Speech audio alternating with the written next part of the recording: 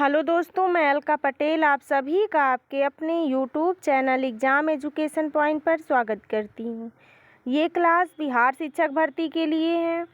इस क्लास में हम लोग बिहार में जो बचे हुए पर्यटन थे उनसे जो इम्पोर्टेंट स्थल हैं या इम्पोर्टेंट जो पॉइंट हैं उनको कंप्लीट करेंगे। पिछली क्लासेस में भी कई सारी क्लासेस हो गई हैं बिहार में पर्यटन से, तो आप लोग अगर पिछली क्लासेस नहीं देखे हैं आप लोग पिछली क्लासेस अवश्य देख लें। नीचे डिस्क्रिप्शन में लिंक दिए गए हैं।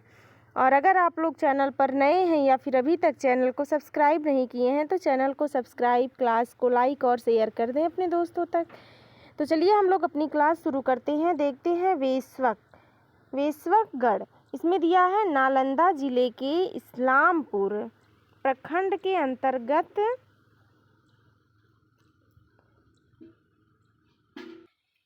अंतर्गत इस्लामपुर से लगभग 7 किलोमीटर उत्तर पूर्व दिशा में इस्लामपुर पटना सड़क पर शेख अब्दुल्ला मोड़ से लगभग 13 किलोमीटर पूर्व वेश्वक गांव स्थित है।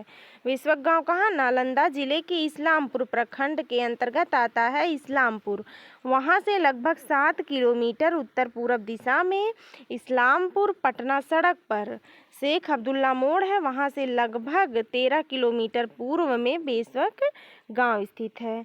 इस गांव के उत्तर पूर्व दिशा में एक गढ़ है जिसकी लंबाई 70 मीटर है और चौड़ाई 50 मीटर, ऊंचाई 4 मीटर है। आगे दिया है टीले के ऊपरी और निचली सतह पर कृष्ण मार्जित मृदभांड के साथ लाल मृदभांड भी प्राप्त हुए हैं। गढ़ के उत्तरी भाग में मध्यकालीन ईंटों की संरचना दिखाई पड़ती है और सर्वेक्षण क्रम के में यहाँ जो है शुंग और कुषाण काल से लेकर पूर्व मध्यकाल तक के पुरावशेष प्राप्त हुए हैं। आगे दिया है अगला लारी के अंतर्गत दिया है अरवल जिला के कुर्था प्रखंड। कहाँ? अरवल जो जिला है वहाँ के कुर्था प्रखंड के अंतर्गत लारी ग्राम स्थित है। इस ग्राम के मध्य भाग में एक विशालकाय टीला अवस्थित है जो पुरातात्विक दृष्टिकोण से महत्वपूर्ण है। यह टीला लगभग 27 एकड़ भूखंड में फैला हुआ है और जो टीला से पूर्व कुछ दूरी पर वनैया नदी है जो मोरहर नदी की एक शाखा है। वनैया नदी किस नदी की शाखा है? तो मोरहर नदी की शाखा है। आगे दिया है प्रवाहित होती है। टीले के ऊपरी भाग पर प्राचीन ईंट की संरचनाएं मिलती हैं और निरीक्षण क्रम में यहाँ से कृष्ण लोहित मृदभांड, उत्तरी कृष्ण परिमार्जित मृदभांड और लाल मृदभांड प्राप्त हुए हैं। क्या क्या? तो यहाँ से कृष्ण लोहित मृदभांड, उत्तरी कृष्ण परिमार्जित मृदभांड और लाल मृदभांड प्राप्त हुए हैं। आगे कह रहा है प्राप्त मृदभांडों से यह परिलक्षित होता है कि यहाँ पर मानवीय गतिविधियाँ जो थी वो ताम्रपाषाण काल से लेकर मध्यपाषाण काल तक लगातार रही हैं। आगे देखते हैं अगला स्थल जो दिया है, अगला पॉइंट है वो कोटेश्वर धाम। कहाँ? मेन ग्राम।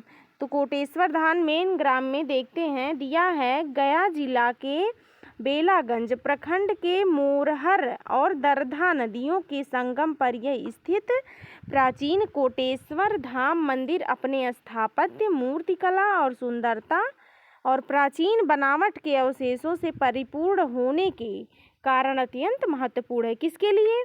तो वो जो है अपने स्थापत्य कला के लिए, मूर्ति कला के लिए और सुंदर और प्राचीन बनावट या बसावट के अवशेषों से परिपूर्ण होने के कारण ये बहुत महत्वपूर्ण मानी जाती है। आगे दिया है कि गर्भगृह, मंडप तथा मुख्य मंडप इसके प्रमुख घटक हैं। कौन कौन प्रमुख घटक हैं? गर्भगृह है, मंडप है और मुख्य मंडप है। आगे दिया है कि मंदिर का निर्माण दक्षिण भारतीय शैली में हुआ। किस शैली में हुआ है? जो कोटेश्वर धाम मंदिर है उसका निर्माण किस शैली में? तो वो दक्षिणी भारतीय शैली में हुआ है। ठीक। आगे दिया है कि इसकी आंतरिक संरचना लगभग अपने मूल रूप से सुरक्षित है। किसमें? मूल रूप में सुरक्षित है। आगे दिया है कि मात्र गर्भगृह एवं मुख्य मंडप में आंशिक बदलाव किया गया है और मंदिर का निर्माण ग्रेनाइट पत्थर और ईंटों से किया गया है। आगे देखते हैं। आगे दिया है कि वर्ष 2021-22 में बिहार के जो पर्यटन विभाग की कुछ प्रमुख उपलब्धियां हैं उनको देखते हैं। तो जो कुछ इम्पॉर्टेंट पॉइंट हैं आपके एग्ज़ाम के पॉइंट ऑफ व्यू से उनको हम लोग देख लेते हैं। तो इसमें जो पहला पॉइंट दिया गया है वो दिया है कि बोध गया में भवन निर्माण विभाग द्वारा सांस्कृतिक केंद्रों का निर्माण। ठीक, जो बोध गया है वहाँ भवन निर्माण विभाग द्वारा सांस्कृतिक केंद्र का निर्माण। आगे है अगला पॉइंट, बांका जिले में मंदार रज्जू मार्ग का वर्ष 2021-22 में उद्घाटन। फिर अगला पॉइंट जो दिया है पर्यटन विभाग के अंतर्गत जो उपलब्धियां हैं उनमें कि नालंदा जिले में राजगीर रज्जू मार्ग और आसपास के क्षेत्रों तथा गया जिले में कोटेश्वर धाम का सौंदर्यीकरण। ठीक, आगे दिया है अगला पॉइंट, पटना के पटना साहिब में विश्व स्तरीय संग्रहालय के विकास हेतु 13.66 करोड़ रुपए स्वीकृति।